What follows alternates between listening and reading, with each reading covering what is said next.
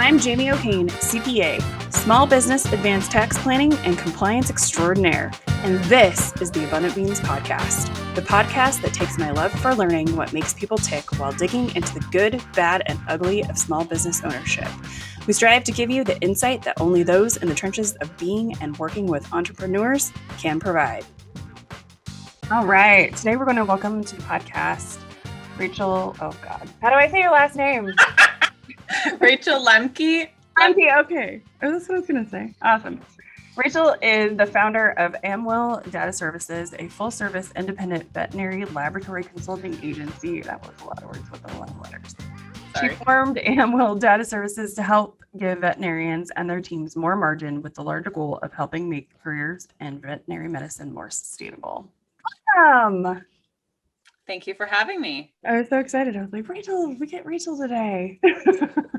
I love your podcasts, and I love listening to all your guests, and I always learn something. So I'm very excited to be here. I'm blushing. I seriously, every time somebody's like, I just love the podcast and I listen to every, I'm just like, I don't. Okay, it's great, it's fabulous stuff. I'm a little embarrassed by that. But I'm happy that people like to listen to it. Yeah. It's useful. Not used to that. It's useful and actionable things, and I'll go back and save them and listen to them again, and they're good.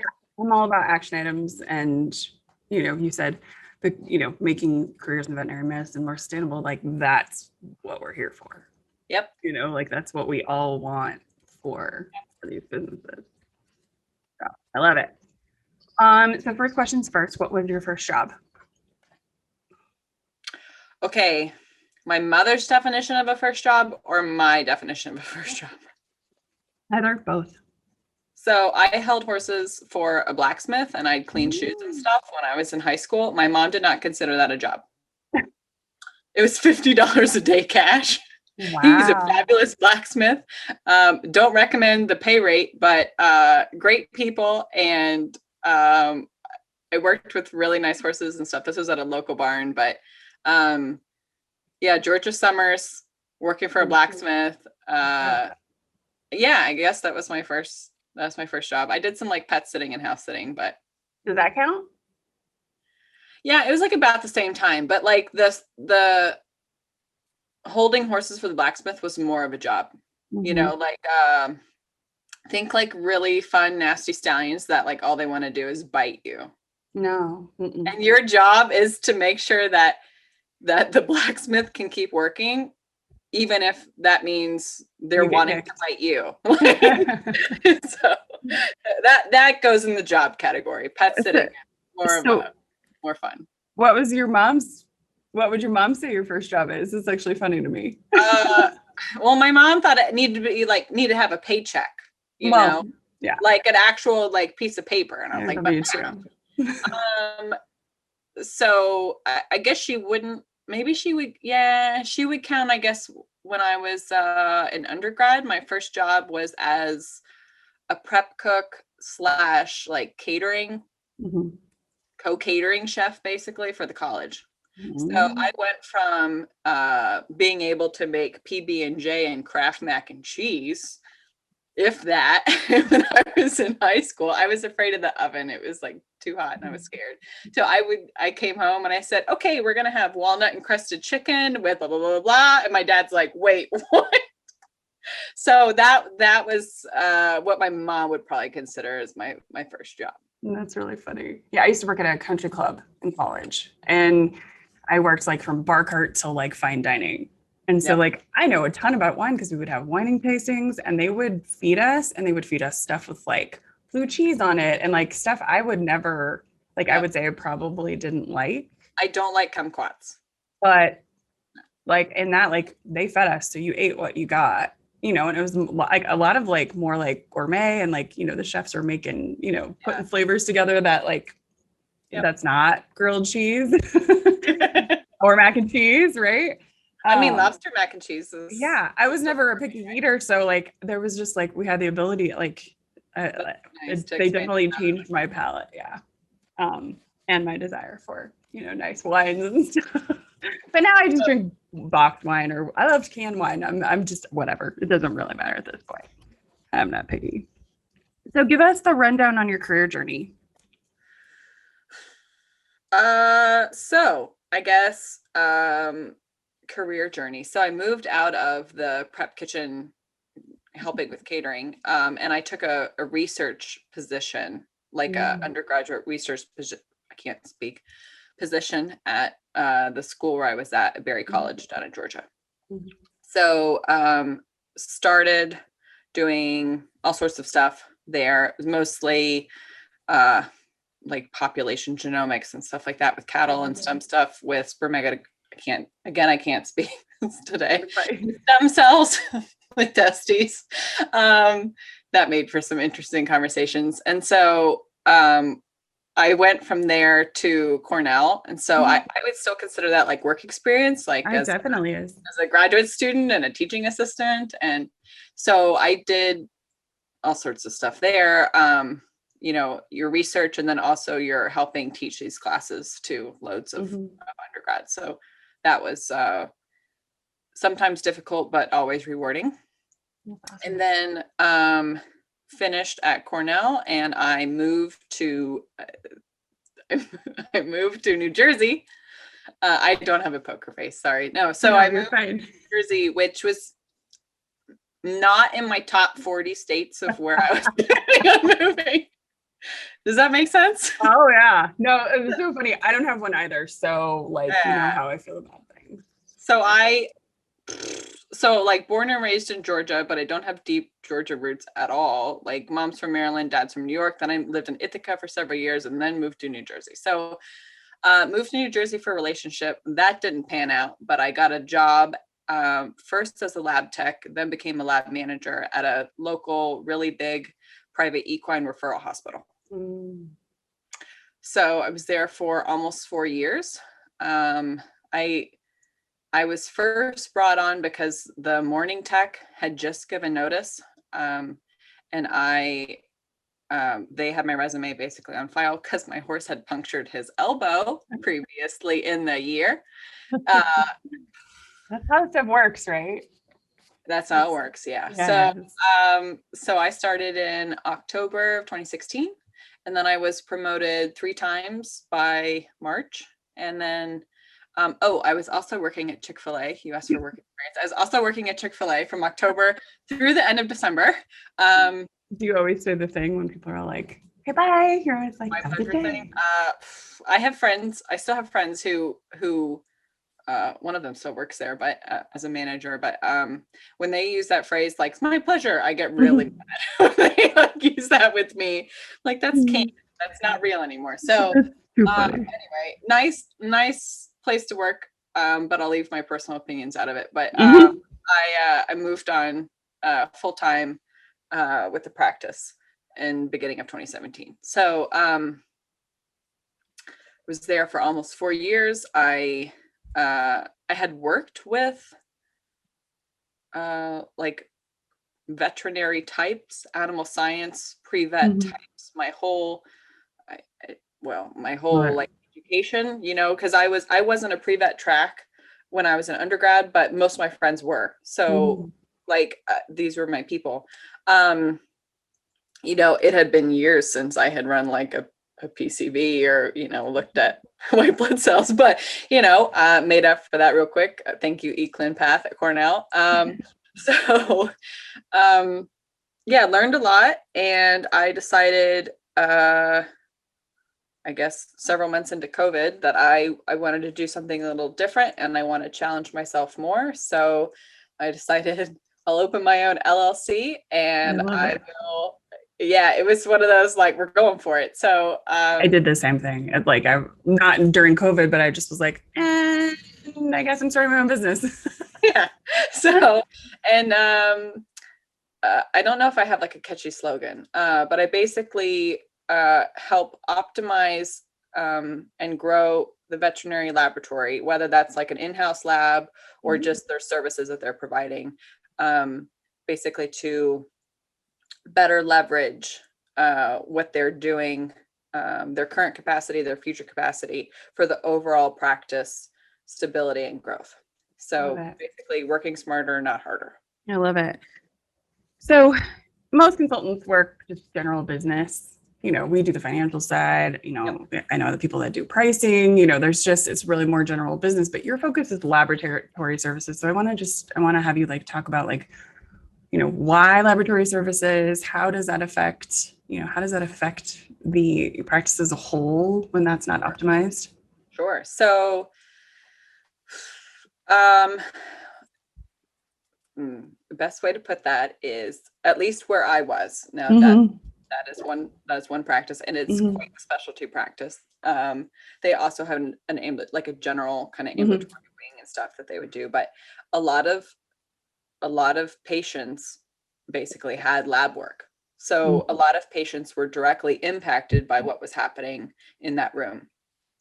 So, a horse going to surgery, they'd have, pre-anesthetic workup, or Mm-hmm. a horse in surgery, could be having difficulties, and then you're doing like, emergency diagnostics and stuff. So, a lot of the cases basically came through that room, not physically, but parts of the. Mm-hmm.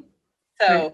So, that meant that it impacted basically all the cases there. So if something wasn't up to snuff there, then that could mean a delay, which could mean a delay for another part of the team, right? If that's like the limiting factor is like, well, we want to do this myelogram, but we haven't had the CBC and the chem run yet. So, okay, well, now everyone needs to wait to knock the horse down and do all this. The whole train stops because now we need to do this portion. So just even getting like the day-to-day workflows optimized and smoothed out, and communication, like, I'm surprised how much of veterinary medicine is like communication and sociology, but it is. So we got to embrace it. I say that I say that all the time about accounting.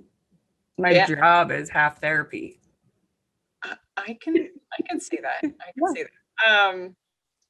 So, just because I know what a lab result would be, Mm-hmm.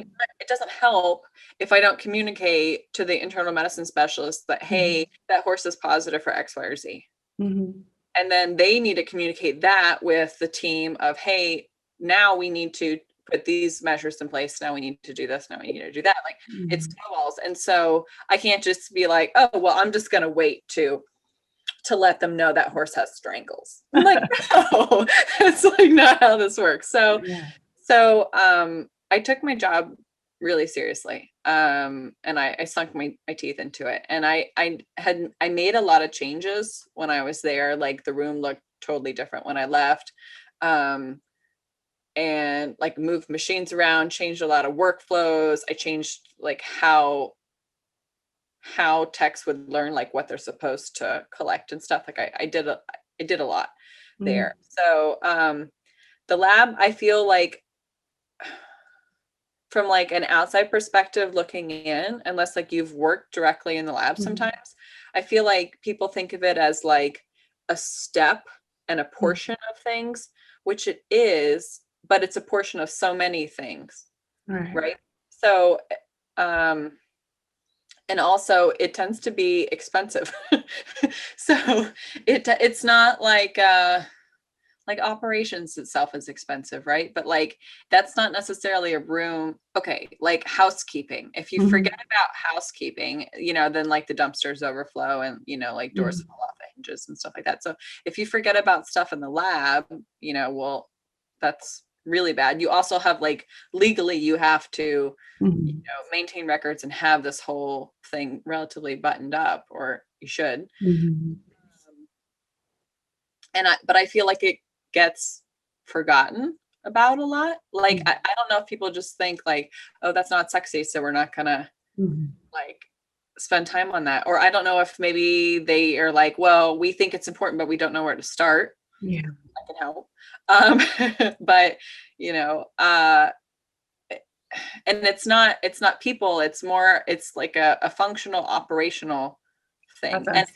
because it takes up so much, it takes up a lot of resources fiscally, but it also can produce so much for the practice. It's really worth considering. Yeah, it sounds like it's a massive bottleneck, right? So like if the lab's not working efficiently, then absolutely nothing else does. For Right. sure. for sure. Or I think negative impact stuff. Yeah. Right. So like I think we've all been in a situation where like we're waiting for test results. Mm-hmm. Right? Like we've all been in that situation. Like I was just in Mexico last week and we had to get COVID tested before we could come home. Right? Yep. And they were running that thing so efficiently. We had results in 30 minutes.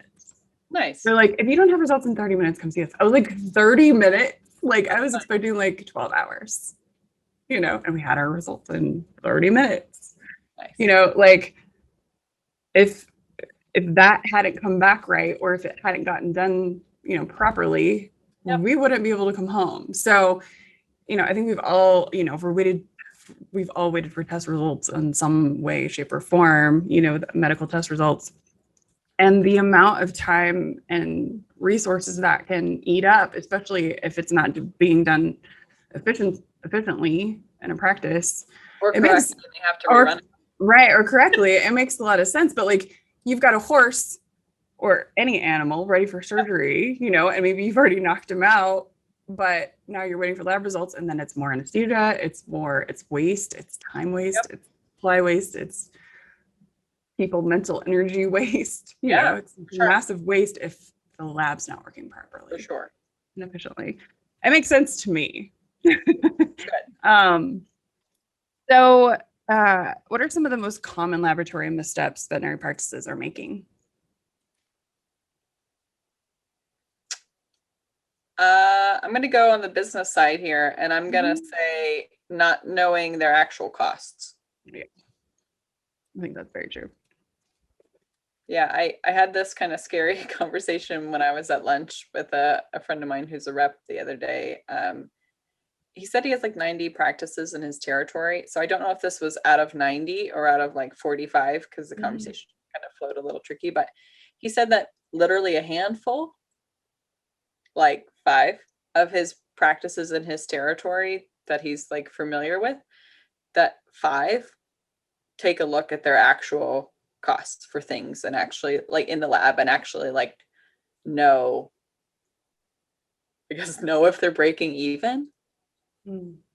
Like that was terrifying for me when he said that. I was like, 5 out of 45 is bad. 5 out of 90 is bad. Like 5 out of 10 is bad. So, if it's supposed to be a profit center, and I don't mean like a money grabbing profit center, right? I mean like an ethical. I feel like every time I talk to a veterinary person, they use the word profit, and then like they have to backtrack. Look, y'all, like, you're here to make money. Yeah, but like I don't mean like, we're gonna charge $10,000 for this lab test. Okay, It doesn't matter. It doesn't matter. No, that's also true. So it's okay to make money. We're cool with that over here on the Abundant Beans podcast. Fair point. Let's make some money and create some sustainability. True. And so like you can do that in the lab, but you need to know what your costs are. And I don't what your margins are. Yeah. So like there's a diagnostic company that I won't name, and they're like, oh, this is the cost for our CBC. This is the cost per run. And I was like, no, it's not. That's the cost for the reagents for that cost per run.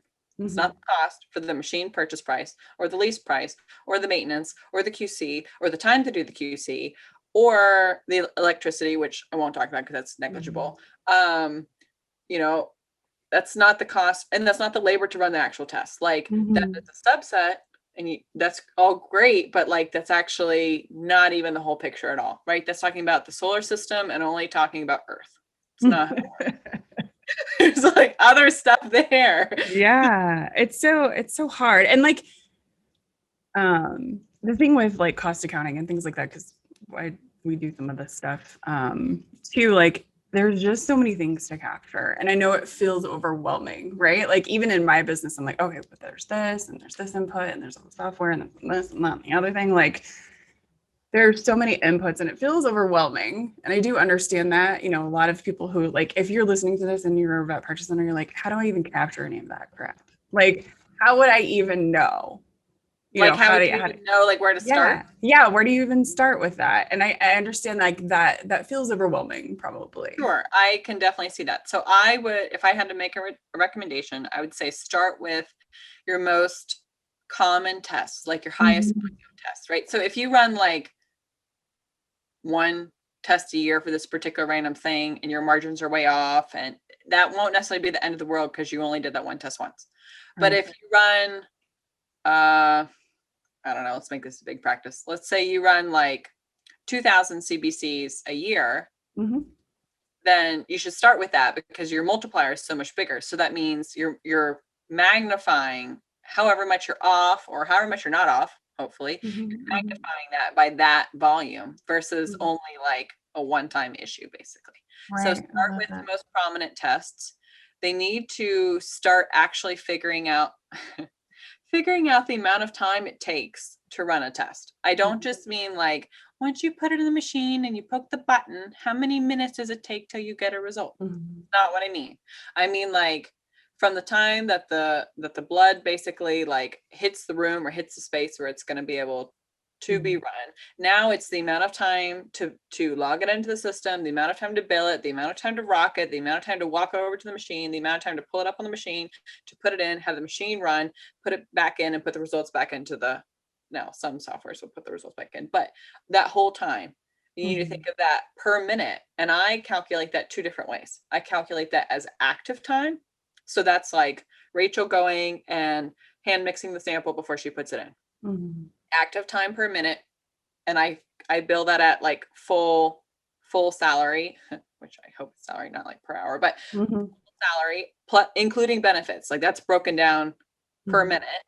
And then, so it's 2 minutes of Rachel's active time. And then I calculate inactive time at 50% of that. So that is something like in the centrifuge or something where like, you still have to like do something with it, right? You can't like leave. It's like taking stuff out of a crock pot. Like you can put stuff into the crock pot and the crock pot does this thing. And then you take some, I guess I'm hungry. Sorry. You take some out of the crock pot and but like you still have to be involved in this process, right? So, that is your inactive time because you could be knitting while the stuff's in the crock pot. You could be taking a nap. You could be, petting, seeing your cat, whatever. So, well, that's why the crock pot feels so productive.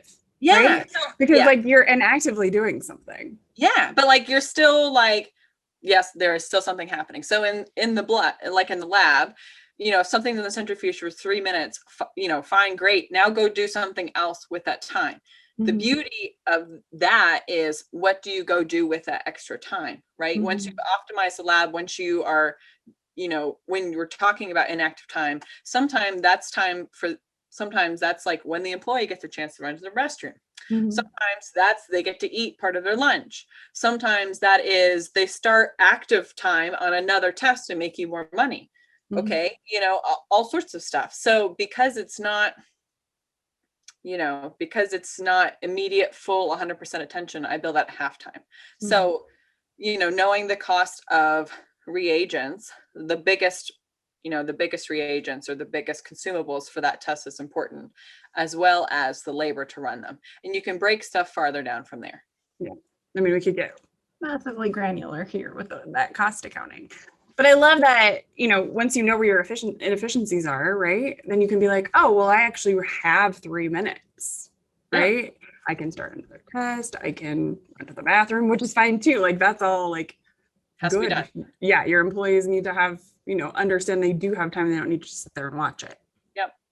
And like when I was a manager, I had some techs that would work for me. Kind of throughout my time there. And like, if I saw my tech on their phone, they could be texting out results. They could also be like on Facebook. And like, in my mind, a little bit of that they can be using to like decompress. But if you're on Facebook for like 3 hours a day and you're not like a marketing manager for the practice, then like maybe that's, a management issue and not the best use of your time. Yeah. And you can say, look, we've got plenty of other things to do here. We can move stuff around. We can create more workflows. Yep. We can do this stuff. I love it. So can you give me some examples of case studies or, clients you've worked with and what transformations you've helped create? So I have a client that is in the process of setting up an in-house diagnostic reference laboratory. So the doctor called me, and I believe he has an MBA, which is already a great thing. Yeah, that helps. Yeah, that helps. So he called me and he says, I don't know what I need, but I want to be profitable and efficient. Mm-hmm. So I said, okay. So I went there and I did some physical reorganization. This was as simple as move the machines that required like basically frozen reagents closer to the freezer. Mm-hmm. It's not silly, but cut down the amount of time they're going to have to walk. And when you're reference lab, you're going to be busy. So I also did a lot of pricing analysis for them. And he had said, basically, I need to know how many tests I kind of per thing I need to shoot for in order to make basically the money I want to. Mm-hmm. I love it. Make that ROI. So I set all that up for him, and I believe that's going well. So so we'll see. All sorts of stuff. I also just set up a digital lab submission process and management and kind of tracking system for a really big, like 50-person practice that I'm working with. Yeah, they have like 15 vets or something. It's kind of nuts. They But didn't have a digital system already? So not for their lab. Wow. So they were filling out so someone would bring, we're going to say this is blood. It's not, but someone would bring the blood work in. They would write on a piece of paper what it was they wanted, and they'd leave it. Which that's a system I had used at my previous employer, but that might not also be the system I would still be using in 2021. So I set up, I connected like 5 or 6 different programs using Zapier, APIER, as like the glue to connect everything. So the beauty of soft stuff, of digital stuff, is that you can use some programs to do stuff for you. And automate it. So bingo. So we have now techs or doctors submitting via an online form, and then the sample comes to the lab. Then from there, all those online forms are managed in this inbox. It's not like Gmail, but they're managed in the software. So then you could add tags of like who built it, who performed it, if there's a hold, because sometimes it happens. Like in the horse world, there's pre-purchase exams. So there'd be these people like, I don't know if I want to spend X amount of money on this horse. Let me do, a series of diagnostics first. And sometimes, they'll decide after the first level of, a workup that we're not going to move forward. So then they don't need to run a drug screen and everything else they were planning on. So a lot of stuff gets like held with pre-purchase. So all of that gets managed by the lab, all those submissions, and then they still process things and send things out. And then when the submission is made, when the online form is made, any reference lab testing that it's under a specific category gets immediately pushed onto a Google sheet, like a big tracker, not the in-house stuff and not some of the reference lab stuff, but it all gets pushed to the tracker. So you can see the doctor, the date, the horse, what the test was, whatever. And then when the results come back a few days later via Gmail into the Gmail account, then it someone clicks a button and moves it, like gives it a label in Gmail. Basically, it moves it in Gmail, and then Zapier pulls from there and puts it in a Gmail folder, pulls the attachments that has the results, and then it pushes those attachments directly into that Google Sheet tracker and sends it to Slack on a Slack channel that can be set up for the doctors to get notified when their things come in. That is so much more efficient than people running stuff around or calling or texting and then it's lost. Yeah. Well, and what happens a lot is like the CSRs, what I learned, I did a lot of interviews there to like with all different parts of the team to try to figure out like the impact. What is our workflow? Yep. And so a lot of the CSRs would tell me, well, we call the lab and we want to see where this, is this test back yet? Whatever. But now instead of having to call the lab and interrupt that person's workflow, now they can just go on the tracker and look, is it in there or not? The lab has to answer the phone all the time. Yeah. Oh which my is God. hard when you like run around with blood and stuff. So. Well, and you're trying to get stuff done, right? And it's like, well, if it was done, you would know, right? I spend I'm a tax professional. We spend a lot of time with people like, so where's my return? I'm like, well, if it was done, I would let you know. You would know it was done. It's therefore in process. But yeah, no, I think, there's so many inefficiencies where like something like with just like a tracker that shows people where stuff is and they can access it themselves is just huge. I mean, we use color And also, boards, stuff like and that. like a lab paper form, right? That's one thing. Like, let's pick up something I can pick up. This is one piece of paper. If Rachel leaves this piece of paper here, that means that when Rachel goes out of town, Rachel can't see the piece of paper, right? Yeah. But if it's all digital, then you just log into the thing and do it from wherever. So this particular practice has like 5 sister practices, and the doctors like move around. So this will actually be really helpful for them because they can always kind of see what's going on. Yeah, with all of their patients at all the time. Yeah. Versus like that one piece of paper that's like stuck in this binder that's like, way over Yeah. there. Well, and as you said too, like with paper forms, like it only is as good as the paper. Exactly. Like I take notes all the time on paper. And then I'm always just like, why do I do that? Because then it's like the team doesn't have it. I don't have it. If I leave this desk, it's gone. Like it's like this out of sight, out of mind stuff. And then you have to also do the people's handwriting. True. It's like, does that say CBC? True. Are we sure that that's what you want here? That happens. And it's just inefficient to be like, so what does this say? And there's a gazillion and a half ways to make things better, right? Even when I had left the lab that I had managed after almost 4 years, it could still be better. And I would ask my techs, like, what is it? Like if you could change something in here, if you could add something in here, what is it? What would you like? What do you think would help? Whatever. And I would just try to keep an open mind. And one of my techs at one point said, a second, like a little mini freezer would be fabulous because X, Y, and Z. And so I said, I'm going to get you one. And within like 2 weeks, I got her one. And a referring doctor had given me maybe like a Starbucks gift card or a Dunkin' Donuts gift card or something, because I stayed late to run blood work on her horse or something. And I added to the card, and I put the card in an envelope, and I wrote my tech this really nice note, and I stuck it with a bow on the freezer. I was like, go check that out. That's for you. And that was her suggestion. So, things can always be better. And then it's a matter of, okay, now you have all this extra time. Now what do you do? And then that's where it gets really fun, because you can explore these, profitable pro-patient programs, right? That like you didn't have time before. Like one of those, like, oh, that's nice, but we're too slammed. Well, now you have time.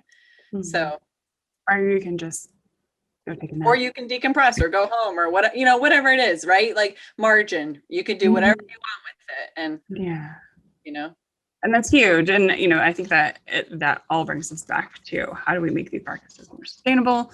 How do we make them better for those in the industry? And I always say this, but the accounting industry and the vet industry have a lot of parallels. Like I always say, most accountants are pretty sure they're going to die at their desk. Like there's a lot of inefficiencies. There's a lot of ways that we can make ourselves very, very sick and very, very drowned by our businesses. But we have to make that conscious decision. And there's a lot of tools and people that can help you make those conscious decisions to have sustainable practices that give you what you want long term. Yep. And it's just, it can be better. And I think that's, always what we're looking for too, is how do we make it better for everybody? All right. Before I ask my last question, what is the easiest way to reach you? Email me, Rachel, RACHEL at Amwell, AMWELLDS, short for data services.com. Awesome. All right. Last question for you. What would be the very first thing a practice owner should do to focus on this this part of their practice, laboratory services? What's like one thing they should do today? They should audit for misbilling. Yes. Oh my gosh, that's a huge one. Can I make that the first thing? Yeah. Because maybe there's enough time where they can put it on the bill and the owner won't know that it wasn't on the bill. Mm-hmm. And that can recoup some money like today. Do you know what I mean? Mm-hmm. Go back and audit, the statements from the reference labs or, your consumables, anything you can, and just try to put some money back into your pocket because a lot of stuff gets missed, especially in there. I love that. That's easy too, right? You can go in and be like, did I bill this? Yeah, it should be 1 for 1. If it's not, and that's an easy process to change, right? Yes. So sometimes some stuff happens in the lab under like pretty easygoing, non-emergent conditions, and other stuff is like fire, just like the meme of the dog sitting in the room, like everything's okay, with flames everywhere. So in those situations, the best thing to do is just write it down, whether it's like a text message or a post-it note or anything of saying, hey, this happened and I ran, 2 things, whatever. When I would come in on the weekend, the first thing I would from the weekend, I would reconcile, I can't speak today.